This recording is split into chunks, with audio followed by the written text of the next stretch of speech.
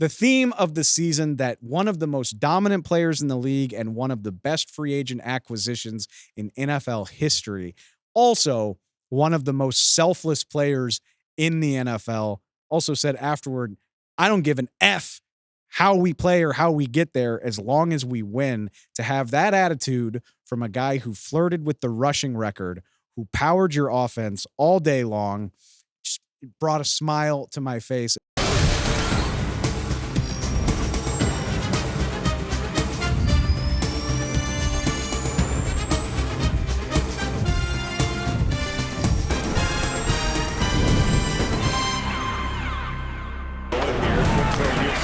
Justin and a catch by a guy who runs over his man, still on his feet, and he scores!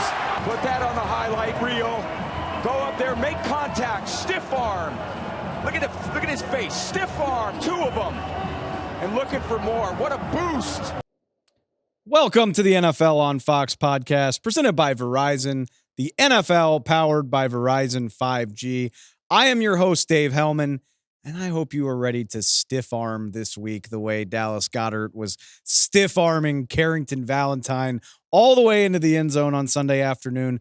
Definitely one of the highlights of our wild card weekend, as you heard the call from Tom Brady right there. But it was not the only one. We are 5 games in, still 1 to go. We don't completely have the divisional round set. The LA Rams and Minnesota Vikings still to play. That game on Monday night will be taking place in Phoenix. And by the way, it's been a minute since we've been on the air.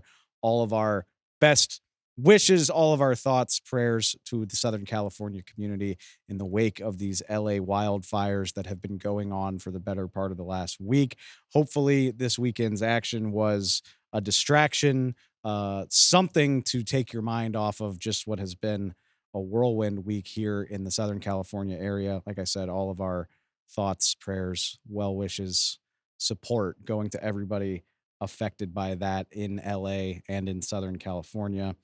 It was a busy, memorable wildcard weekend, though, with one more game to play. And the jigsaw puzzle mostly looking complete. We do know in the divisional round, the AFC matchup set. The Kansas City Chiefs will host the Houston Texans, and the Buffalo Bills will host the Baltimore Ravens. We will get to that later. And in the NFC, basically just plug either the Rams or the Minnesota Vikings into a game against the Philadelphia Eagles, because they took care of business in that game. We just heard the call from Tom Brady. The Eagles roll past the Green Bay Packers 22-10 in the afternoon game. They will play host to whoever wins that other wild card game, the Washington Commanders, off to Detroit to face the number 1 seed Lions after springing an upset over the Tampa Bay Buccaneers. We will get to Commanders Buccaneers in a little bit, but for now, let's talk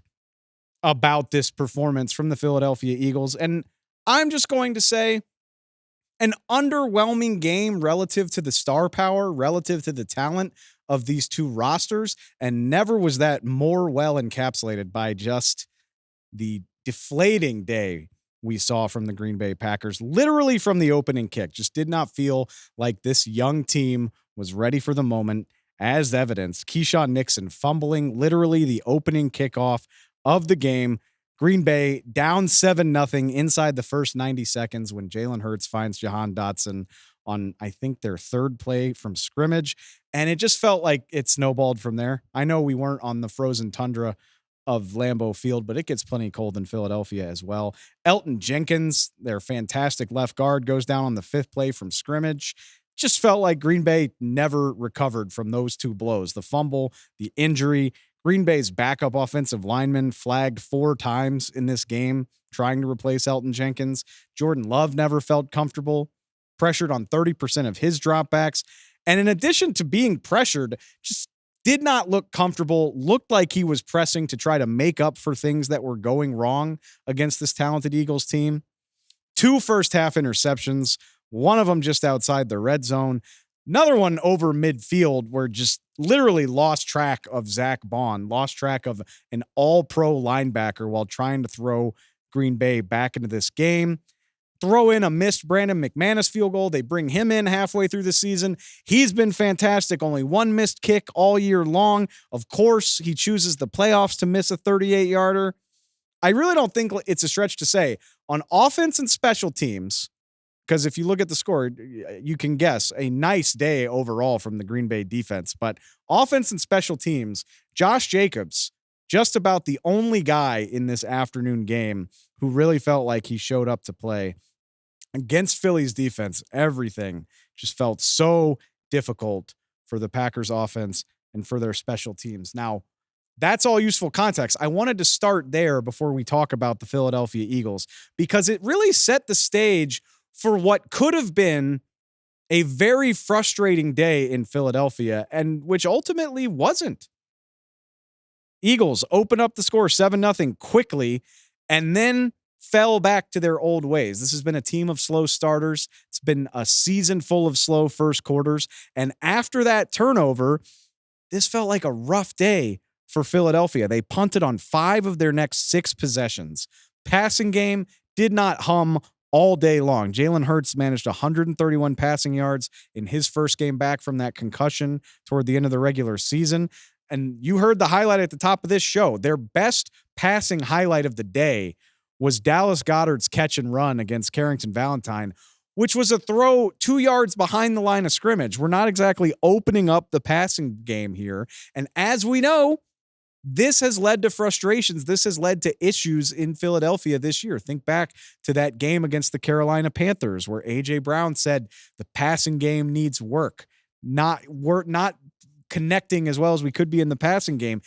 And it kind of felt like we were headed for that. Like the most memorable A.J. Brown moment in this game, funnily enough, was our shot of A.J. reading on the sideline. He caught one ball for 10 yards in this game. And the most memorable moment, we're showing it here, is A.J. looking up passages from a self-help book on the sideline. And the best part of all of this is that absolutely none of it matters. Because even on a day where maybe things didn't look as pretty as they're supposed to, maybe there's a little bit of rust with Jalen Hurts recovering from a concussion, the one thing that's worked all year did work on Sunday, because if nothing else is working right, just hand the damn ball to Saquon Barkley. And that is exactly what the Eagles did, to their credit. They did not forget about old number 26 there. He did take a week off in the final week of the regular season, so we hadn't seen him in a minute. But he did just fine when he got into playoff action. Not the most memorable day of his career, 25 rushes, 119 yards. And what I love about that is it makes it even better. This was not the week for the 40, 50, 60-yard Saquon Barkley runs. Green Bay Packers clearly keyed on Saquon all during the week. He said that to Aaron Andrews afterward. He knew it was going to be tough sledding from the moment they started working on the game plan. Only 2 of Saquon's first 24 carries went for more than 10 yards. And then it was just a lot of 2, 3, 3, 4, 2, 6, 4, 5. It was that type of day at the office for Saquon Barkley. But then you look up at the very end, and Saquon Barkley on his final carry breaks through the line for 17 yards, has a 76-yard payday in his sights, nothing but green grass. Surely he's going to go for the touchdown that caps off this dominant win. No. Chooses to slide down instead, and the Eagles kneel out the clock. It's a decision afterward. He said he didn't even second guess, didn't need to think about it. It's situational football. Why would I go for the touchdown when I could pull a hammy or one of my teammates could pull a hammy? It is the theme of the season that one of the most dominant players in the league and one of the best free agent acquisitions in NFL history, also one of the most selfless players in the NFL, also said afterward, I don't give an F how we play or how we get there as long as we win. To have that attitude from a guy who flirted with the rushing record, who powered your offense all day long, just brought a smile to my face. It wasn't a surprise to see he was Tom Brady's LFG player of the game. Another great performance. But before I talk about today, I want to go back to last week. The decision to not go for the rushing record, I know it's a team sport. These games are so important. Was that a tough decision for you? No, I mean, it kind of made it easy on me. Coach made the decision for me. Obviously, I wanted to go for it, and the team wanted to go for it. But at the end of the day, the most important thing is, advancing and winning playoff football games. And I felt like we were fresh. We came out a little sluggish, obviously, sitting out that game. But we got things going. Our defense balled out for us, and we got the win. Yeah, your defense certainly played great, and you churned out yards there at the end. Tell me about your offensive line. And I've been through a lot of statistics this year, but you're gaining 2 yards before any contact. How much does that enable these big plays for you, certainly in the second half of games? Yeah, I mean, it's everything. In the offseason, before I signed here, a big reason why I wanted to come here is play for Coach Stout and those guys up front, and they've been doing a tremendous job. The biggest thing I think about them is how versatile they are. We could beat you in inside zone. We could beat you in gap scheme, outside zone, anything. They can run it. You call it, they'll haul it. I just follow those guys, and they make me look a lot better. Yeah, you guys have a great run scheme, and that's set up the last run of the game where you slid. Do yards mean anything to you at this point? I mean, I can't break the record now, right? Most important thing is winning games, and it was no mod situation. AJ and Smitty kind of gave me crap. Definitely left some on the bone, but at the end of the day, the stat line don't matter. The only stat line that matters is getting dubs and advancing. Yeah, save it for next week, all right? Hopefully we're back here. I know you're back here. Hopefully we're back here to see you play. Congratulations. Great game, great season. Keep it up, my man. Thank you. You the GOAT, for real. You already know that. Much love. Love you, man. Great job. Every game that I broadcast, I award the LFG Player of the Game to that one player who makes me say, let's go. This is a week that we could choose to harp on what wasn't working. I mentioned the Carolina Panthers game. The Cleveland Browns game that the Eagles won much earlier this season also comes to mind, where when it doesn't look as pretty as it's supposed to, the bickering starts and the finger pointing and the radio segments, all of that stuff that we know can happen in Philadelphia. I don't worry about that at all as the Eagles march into the divisional round, because the other elements of this team picked up the slack so admirably. We talked about Saquon. We know what he can do, and I'm just going to step out on a limb and say he can do it against any team in the NFL. It's not always going to look dominant. I don't know if there's a defense in the league that can completely shut down this offensive line and this rushing attack while worrying about the Eagles' options in the passing game. But on top of that, Eagles defense came to play in the playoffs. They got phenomenal days from their secondary. They picked off Jordan Love 3 times. Nolan Smith had a 2-sack day. Talk about breaking out on the right stage for that young pass rusher. Got Jalen Carter and those guys. Zach Bond with another fantastic day. This is a recipe that can play anywhere at any time. Its defense can do that against most teams it's going to face. Again, I just don't think there are many teams that can deal with Saquon and those guys up front. So, am I worried about the Eagles not clicking? Absolutely no, I'm not. Because A, I don't know how many teams can withstand that. And B, if they can, while they're worried about that, it will eventually get working with A.J. Brown and Smitty and all of those guys. I think the Eagles are right on track, and they get another home game.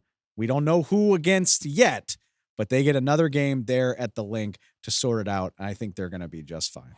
So the Eagles have to wait a day to find out who they play in the next round. The Detroit Lions do not. They know they've got the upstart Washington Commanders after another frantic, nail-biting, dramatic finish. What else would we expect from the Commanders? They bank shot their way into the divisional round at Raymond James Stadium. Zane Gonzalez's 37-yard field goal at the buzzer.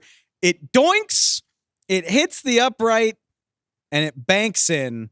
And that is how the Washington Commanders down the Tampa Bay Buccaneers 23-20. As of yet, the only upset by seeding in the playoffs so far this year. The Texans were a point spread underdog, but they were obviously the home team and the higher seed. This is the first true upset of these 2024 playoffs.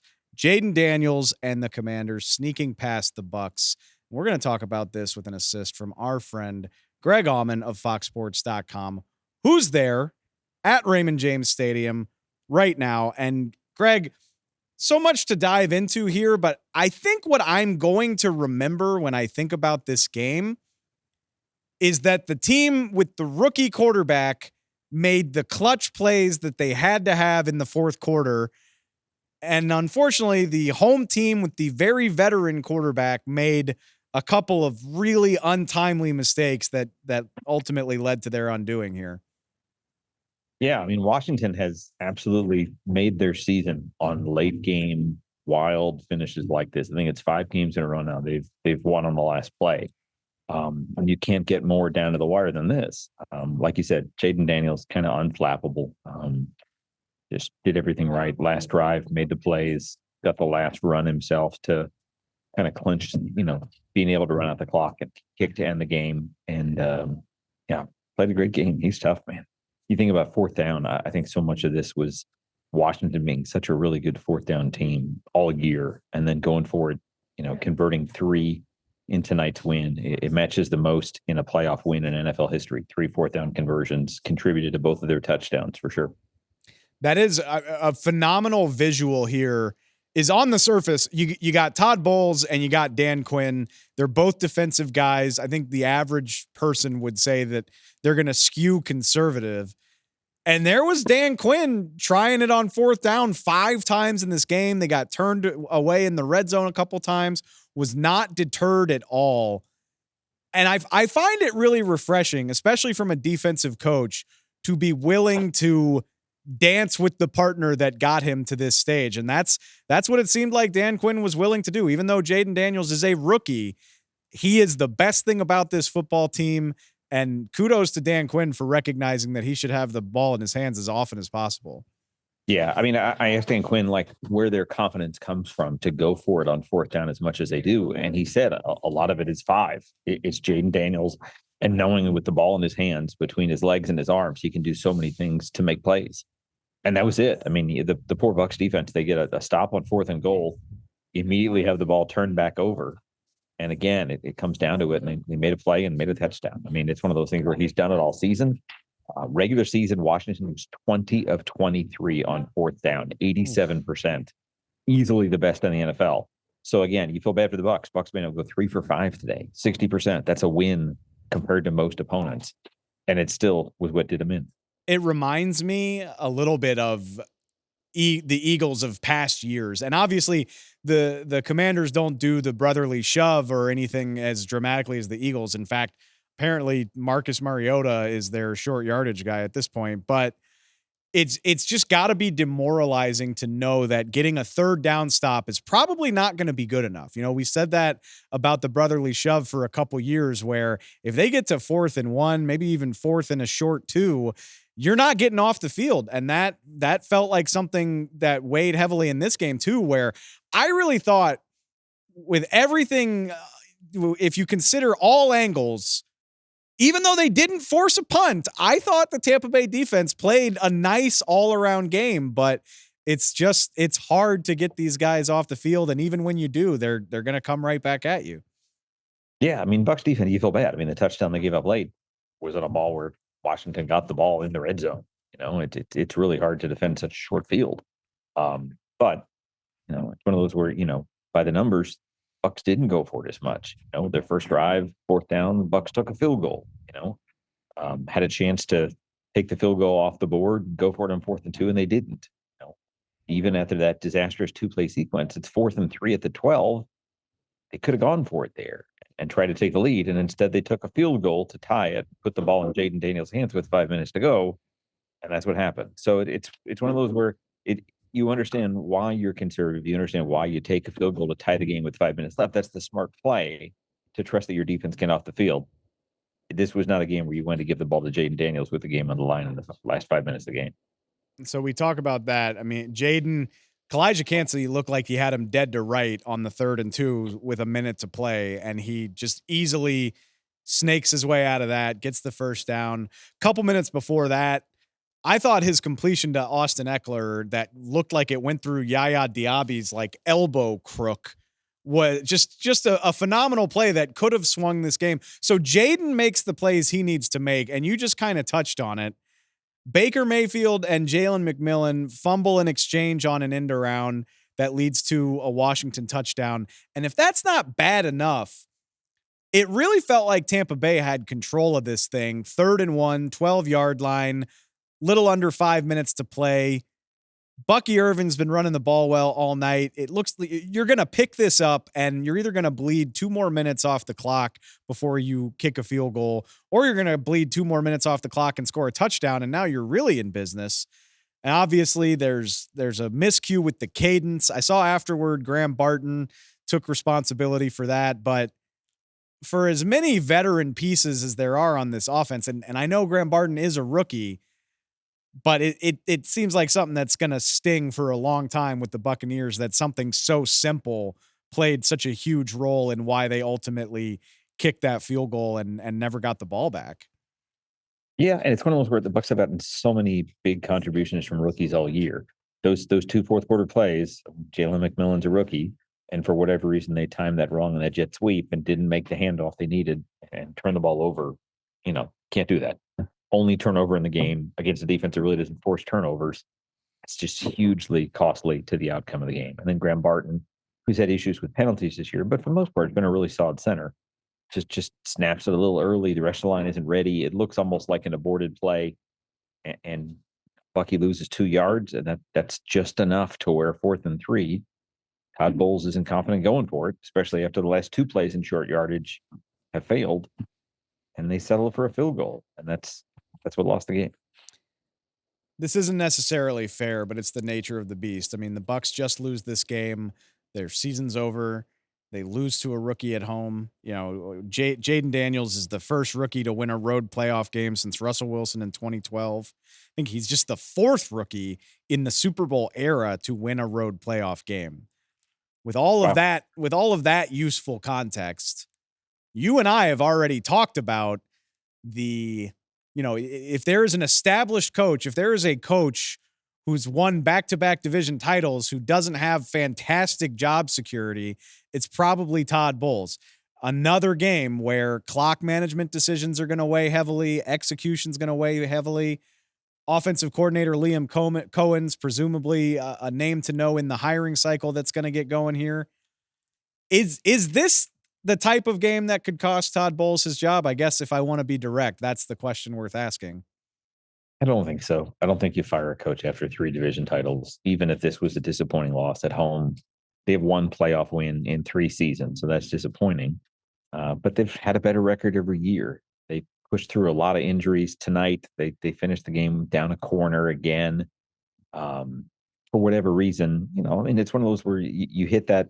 There's a gray area where it can be really hard sometimes to be good and not great consistently. Bucs have made the playoffs 5 years in a row. They've won the division 4 years in a row. They've never had any run like that in their history. So it's hard to imagine firing a coach responsible for that, who's led that. But there's definitely people here in Tampa who would much rather see him go to make sure Liam Cohen stays. Offense, again, didn't really have a good game tonight. 284 yards, 20 points. Their lowest totals on both of those in 2 months. And again, a turnover late, a red zone miss late. Defense probably stepped up and overachieved tonight in terms of limiting Washington and what they did. I don't think they make a change here. I can see why people are clamoring for it and frustrated by the lack of postseason success or the lack of just more success beyond 10 wins this season. I think this is one of those circumstances where everybody can be right. I think it's correct to applaud the job that Todd Bowles has done there. I said back-to-back, but you're right. 3 straight division titles, getting to the playoffs, being the best in that division. And this is a team that dealt with a ton of injuries over the course of this season on both sides of the ball, really. But at the same time, if you're a frustrated Bucs fan, I can understand the angst of having a conservative coach, especially in a game like this where you're watching the opposing coaching staff cut their quarterback loose and let Jayden Daniels sort of let it all hang out. I get it if you don't feel like you're going to reach your ceiling under this regime, but I also think it feels like a bit of a knee-jerk reaction to fire a coaching staff that's seen so much success here. Yeah, and again, I think Bowles will be back again. If they miss the playoffs next year, he could be in trouble. It could be that simple. It's that short a leash. I think expectations will still be high for Tampa. They're going to have a tough schedule. Their first place schedule has them playing really tough teams. I mean, they're going to have Detroit. They're going to have Philadelphia. They're going to have Houston as the 3 games they get for finishing first. It's not easy at all, but they had that this year and they still won the division when Atlanta had a much easier schedule and kind of floundered down the stretch and gave it back to them. So, yeah, like I said, to lose in the first round, kind of like 2 years ago when they did this with Brady, I think it definitely casts a pall over things. You end the season on a downturn. You lost at home in the playoffs as a favorite to a team you beat in the regular season. So I think the expectations going into the night were optimistic. I think there was at one point today, the Bucs thought they might have a second home game in the playoffs. So to be done and have it over with, especially on a game where, again, one mistake, one call, one decision that goes another way, it's a different outcome potentially. The clock management has been a gripe of most Bulls critics. It's one of those where if they can't stop Washington in the final count of minutes, it doesn't matter how many timeouts you take or don't take. But they could have called the timeout at 2:30 and had another play before the 2-minute warning. They could have done more to kind of force the decisions on going for it. When it's 3rd and 2 with 55 seconds left, you can make a real case for, hey, if Jayden Daniels gets a first down, don't tackle him. Let him go score a touchdown. That way you have 50 seconds to answer and score a touchdown and go to overtime, as opposed to the inevitable, it's a short field goal. If they don't miss it, you lose. And I mean, it was a doink, like you said. So it came down to inches on the field goal, but you've kind of lost control of the game at that point. It's a funny thought because, I mean, if you're a Bucs fan and you feel like you're in purgatory, I get it, because this is a team that's good enough to make the playoffs, maybe win a playoff game. They did last year. Does feel like they're a ways away from making a true run back to the Super Bowl like we saw with Tom Brady. But if you're a Commanders fan listening to this, you're saying, spare me the pity party, because we just won our first playoff game since 2005. So it can be a hell of a lot worse, as evidenced by what Washington has been through. Very exciting for them, man. First playoff win since 2005. I saw this right before we started recording. Jayden Daniels, just the second ever quarterback to engineer a road playoff win without a turnover or a punt. The only other guy who's ever done that, Peyton Manning in 2003, like some really rare company that this kid is keeping. And Greg, you just watched it play out. I mean, I'm not asking for a prediction, but it's exciting to think that this guy is not going to be fazed by what's waiting for him in Detroit at all. Absolutely. I mean, again, it's a more potent offense. It's a better defense, a tougher place to play on the road. But he has that quality about him where if it's a tight game late, you don't want to be the team that's giving him the ball with the game on the line. 5 games in a row, they've won on the last play. You can't get more nail-biting, excitingly good than that. And it has them where they are. I mean, you think about a team that had lost 3 games in a row, around Thanksgiving, everyone's talking about the cliff and the offense hitting a wall and teams figuring them out. And they haven't. I mean, they've come back without really much of a traditional running game. Jayden Daniels led this team in rushing, went over 250 yards, had 2 touchdowns, made plays the whole night to get it done. It'll be fun to see a tougher environment, but definitely a game where he could do it again in Detroit if things go his way. We had to get 5 games into wild card weekend before we got a truly exciting finish, but the night game definitely delivered. Great call by the NFL, putting Commanders Bucs in the night slot. And Greg, thank you so much for walking us through it, man. I appreciate it. No problem. Thanks again for having me, Dave. Have a good night. You too.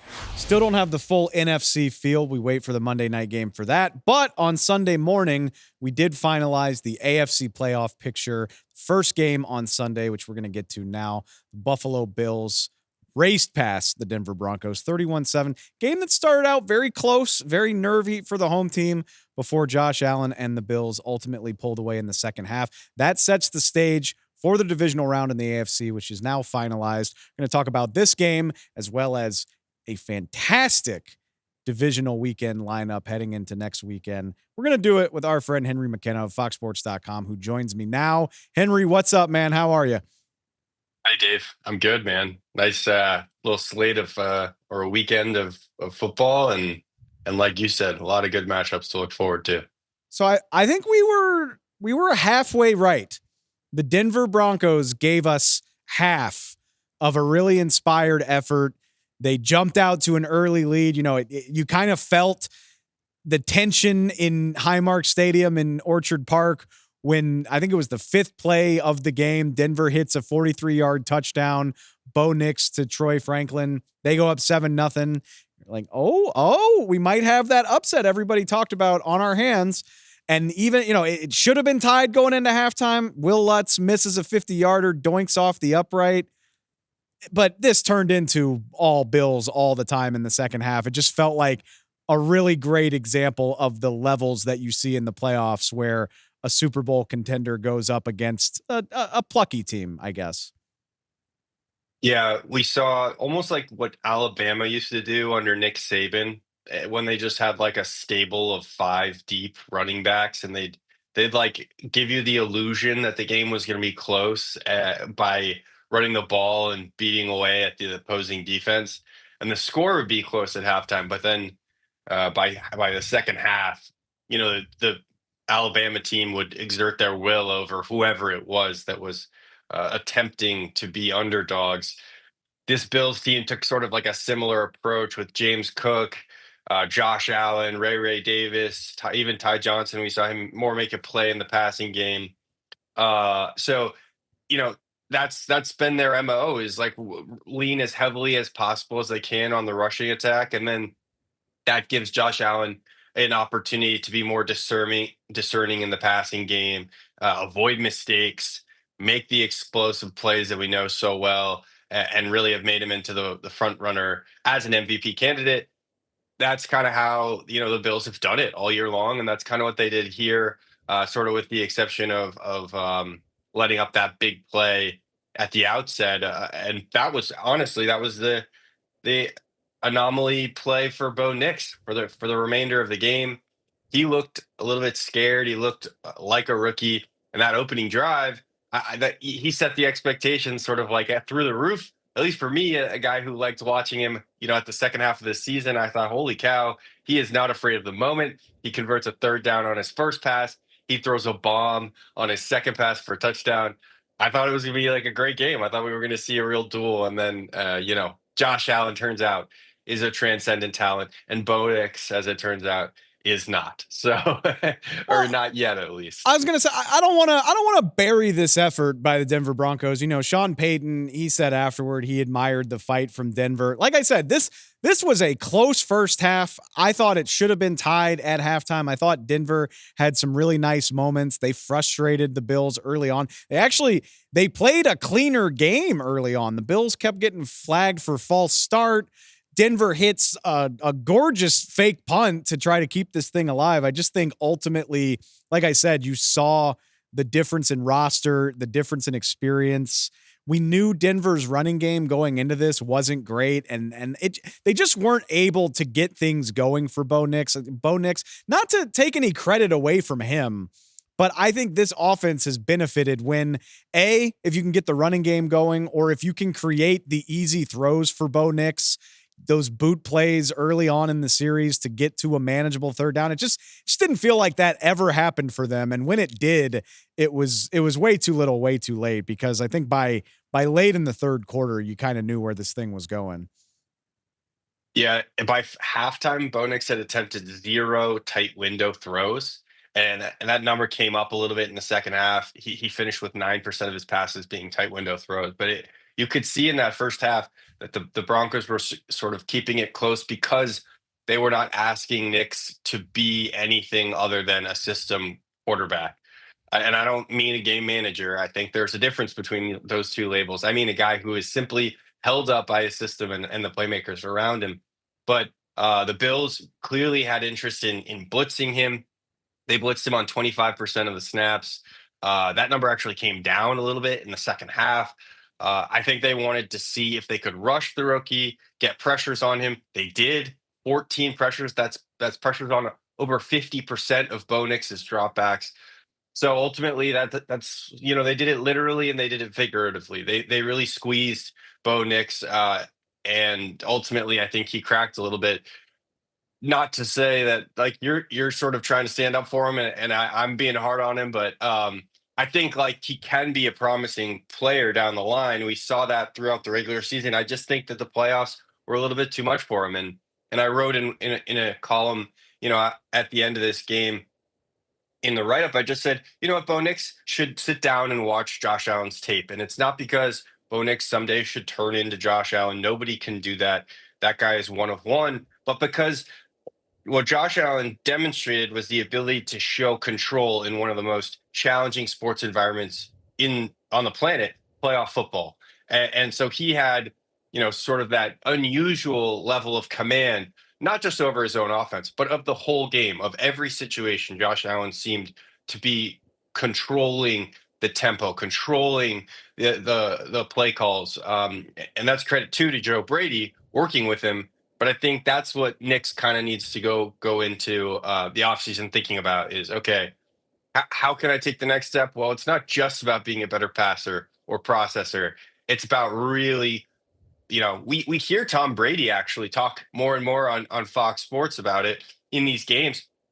Every time he starts to give us a sense of what he would be thinking about in these 2-minute drills, in these hurry up situations, that's what Bo Nix, I think, needs to start doing is really developing that situational awareness, and that's what Josh Allen has done better than any point of progress in his game. That's why this year has been different for him. I think that's so well put. Control just exuded everything Josh Allen did after one drive. Ironically, the Bills settle for a field goal on their first drive of this game. Josh missed, I think it was Dawson Knox on a second down on a scramble drill at the goal line. Then he kind of fired high to Amari Cooper in the end zone, and they kick a field goal. And I remember thinking, ooh, he's a little tweaked up. His adrenaline's running high. You got to settle into the game. And of course, those were 2 of 6 incompletions on the entire day. Control is the perfect word for it. 272 yards, 8 carries, 46 yards. I went back and looked this up. Carried the ball 8 times, converted a third down on 4 of those, and converted a fourth down on another one. So not just running the ball, but running it so efficiently. It is so demoralizing when you have a Mack truck of a quarterback that can pick up every third and fourth and short in a game. And then really the only time they needed the explosive passing plays from him, it led to big touchdowns. The Curtis Samuel 55-yarder really put this thing away. I went back and looked this up too. It was so methodical. The Bills ran at least 8 plays and took at least 5 minutes off the clock on 5 of their first 6 possessions. And then the next one was a 1-minute possession where Curtis Samuel goes 55 yards for a touchdown. So just body blow after body blow, just wearing the Broncos down. Then they hit you for a big one, and that's all she wrote. It was close for 40 minutes, and then it just got out of hand very quickly. I think you make a great point with the Alabama analogy, and I'm going to steal this from my friends at the Solid Verbal podcast. It was a crock potting. You throw a hunk of meat in the crock pot, turn that baby on high for a couple hours, and it's falling apart. Like just 2 hours later. That's exactly what happened to the Broncos in this game. Yeah, I mean, the one thing I loved in relation to what you're talking about is the way that Josh Allen converted third downs on that opening touchdown drive. He converted 2 with his legs, 1 with his arm. It kind of set the tone. That was that they'd settled for a field goal, I believe, on the drive earlier, but on that scoring drive, it was sort of like that switch flipped. They took that week 18 basically as a bye against the Patriots. It actually worked in 2 ways because they got to rest and the Patriots lost the first overall pick. But yeah, maybe they came out a little rusty on that first drive. Maybe they came out a little rusty on the first half. But I think that first touchdown drive is when we saw Josh Allen in particular turn things on. That sort of awareness was, or rather that sort of unique playmaking ability was on display. And then I do actually want to talk about Joe Brady a little bit more because, like you said, it wasn't just Josh Allen who had control of this game. Joe Brady, the offensive coordinator for the Bills, who's I think probably not going to be a head coach this cycle, but maybe next year after the 25 season. I think he demonstrated something, that he's been building in his own identity as a play caller and a play designer. Like that Curtis Samuel touchdown didn't happen by coincidence, right? Like he was dialing that up for late game for a big play. And think about how easy that pass was for Josh Allen. Like it was effortless, and Curtis Samuel's separation was so significant, right? Like these things are well planned. They're meticulously put together. And so Josh Allen has a great game. Joe Brady also has a great game in controlling time possession, controlling the X's and O's, staying committed to the run game, which then opens up things significantly in the passing game. Just sort of like everything really working for the Bills in this game against the Broncos. And by the way, Broncos came into this game allowing just under 100 yards rushing per game. A Absolutely. great rushing defense. James Cook alone had 120 rushing yards, and the Bills had over 200. So yeah, that was again Joe Brady's commitment to the run, even against a team that maybe they wouldn't have expected to have this much success. I would agree with you. I would be surprised if Joe Brady got a head coaching job this cycle, just because there's not that many openings. One of them has already been filled by Mike Vrabel in New England. But I will say a young guy who is getting an MVP caliber season out of Josh Allen, his cleanest season, one of his most efficient seasons. If you want to go back a few more years, Joe Brady helped put Joe Burrow on the map. Crazier things have happened. I mean, as this goes, you get more interviews, teams get a chance to look at you on the other side of the divisional round. Crazier things have happened. I think teams want to go young. They want to go offensive minded. Like I said, I think you're on the right track, but it's tempting to want to get a piece of a coach who is able to bring this out of a talent like Josh Allen when you see teams trying to maximize their windows with these young, super talented quarterbacks. It's been an impressive season for Joe Brady and for the Bills. And now, look, we said it heading into the weekend. No offense to the Broncos, but this was the result that was the best for the NFL because it now sets the stage for as good of a divisional round as you could want. Obviously, we got the two MVP candidates, Josh and Lamar, going against each other. Two running games that just combined for, I think, 500 rushing yards over Wild Card weekend. Two defenses that have played better than they probably get credit for. And even on the other side of this, Chiefs-Texans is no slouch either. The Texans gave Kansas City a solid game back around Christmas, and of course, they came to life against the Chargers. Divisional round in the AFC looks absolutely bonkers. I can't wait, man. Yeah, that Ravens and Bills game, that MVP matchup is going to be really cool to see.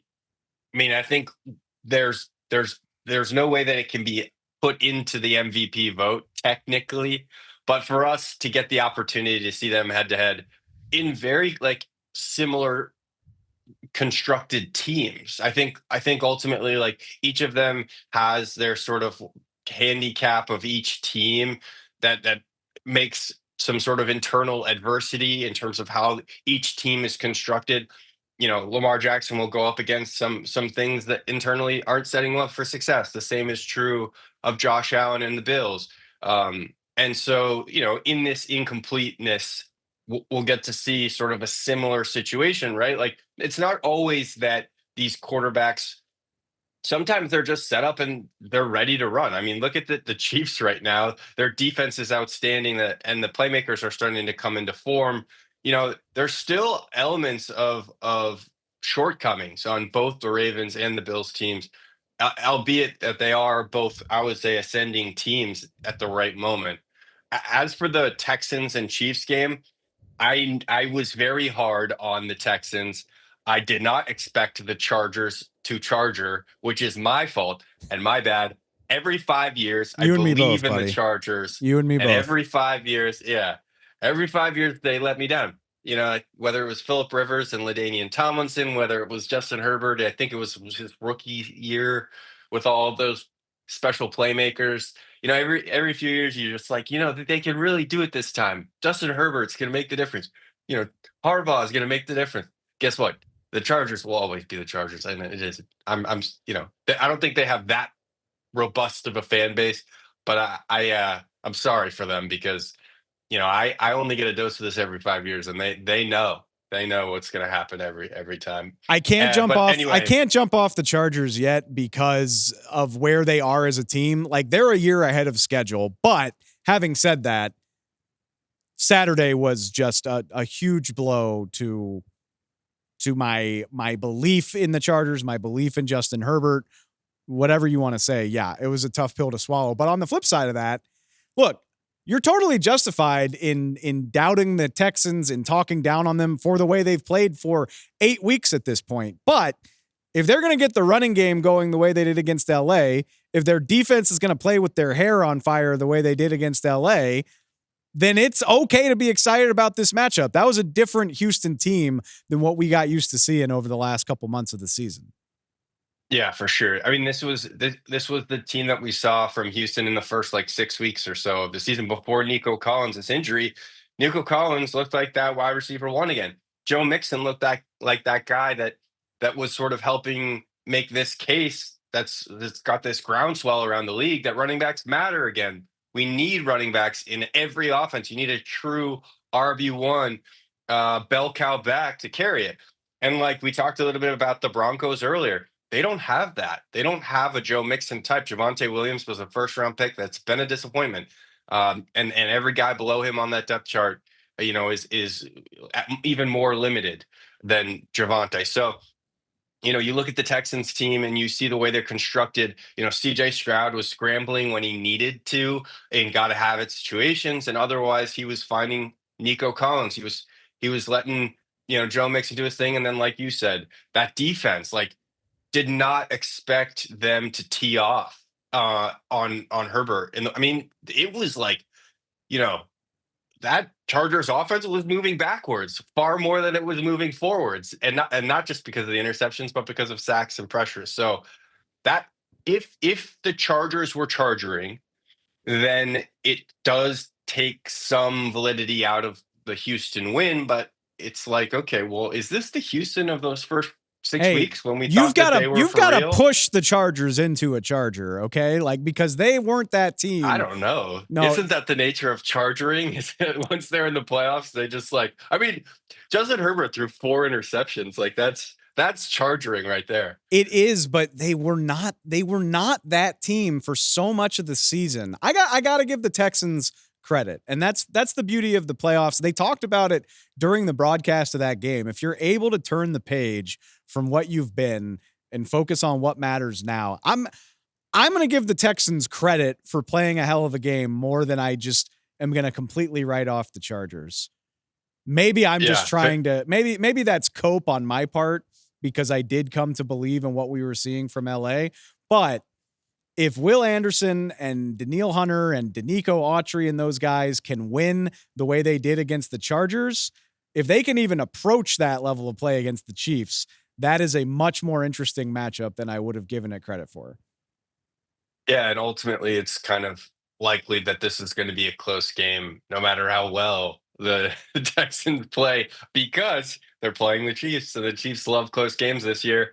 They can't figure out how to pull it away. Maybe Patrick Mahomes is bored. Maybe he's playing down to the level of his competition, but somehow he seems to keep every game within 7 points or something like that. So, but I think, to that point, the Chiefs' weakness resides in their left tackle, and that's their biggest issue. And I am certain that the Texans are going to just absolutely, make hell for that side of the offensive line in Kansas City. And then, Derek Stingley can do terrible things to receivers. Not sure which one he'll pick. Maybe it'll be a mix of guys all over that offense. But, that Mahomes is going to have to throw away from him.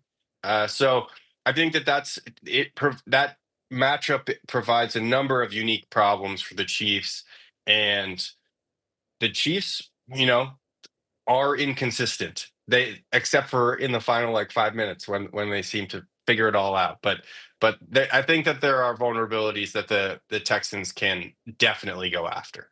The bottom line is that wild card weekend in the AFC was always going to be a win if it delivered Bills versus Ravens. Like we're not anti-Steelers on this podcast. We're not anti-Broncos, but that's been the story of the season. Those two MVP candidates, those are two of the teams of the season. We get that matchup in the divisional round, and Chiefs-Texans looking like a much better game than it did a month ago is just gravy on top. Just A+ in the AFC. Looking forward to that. We'll have so much to talk about with both of these matchups as we move into the week. But Henry, I appreciate the assist, man. I'll talk to you soon. Yeah, thanks for having me. Thanks again to Henry for hopping on. Thanks to Greg Auman as well. That does it for the show, but that does not do it for Wild Card Weekend. We were with you Sunday. We're with you now on Monday, and of course, we will be back on Tuesday because we've still got one more game in this Wild Card Weekend to recap. So Tuesday, we will be here with Carmen Vitale of FoxSports.com. Of course, we will have all of the latest coming out of Vikings, Rams as we fill out the divisional round of the playoffs. We're also going to take a look at the biggest winners and losers from Wild Card Weekend, whose stock is up, whose stock is down after all 6 of these games are played. Oh, and by the way, there's plenty of other news and updates to get to. Didn't really have time to spend much time on it on this show, but a head coaching vacancy was filled during Wild Card Weekend. The New England Patriots hired Mike Vrabel, which is about the least surprising head coaching hire I think we've seen in quite some time. We'll react to that as well as any other news on the coaching front that comes out between now and then. We got you covered. One more show before Wild Card Weekend is in the books. We'll be back Tuesday. Make sure you're subscribed. Spotify, Apple Podcasts. It'll be there for you starting Tuesday. As always, I appreciate it so much, and we'll talk to y'all real soon.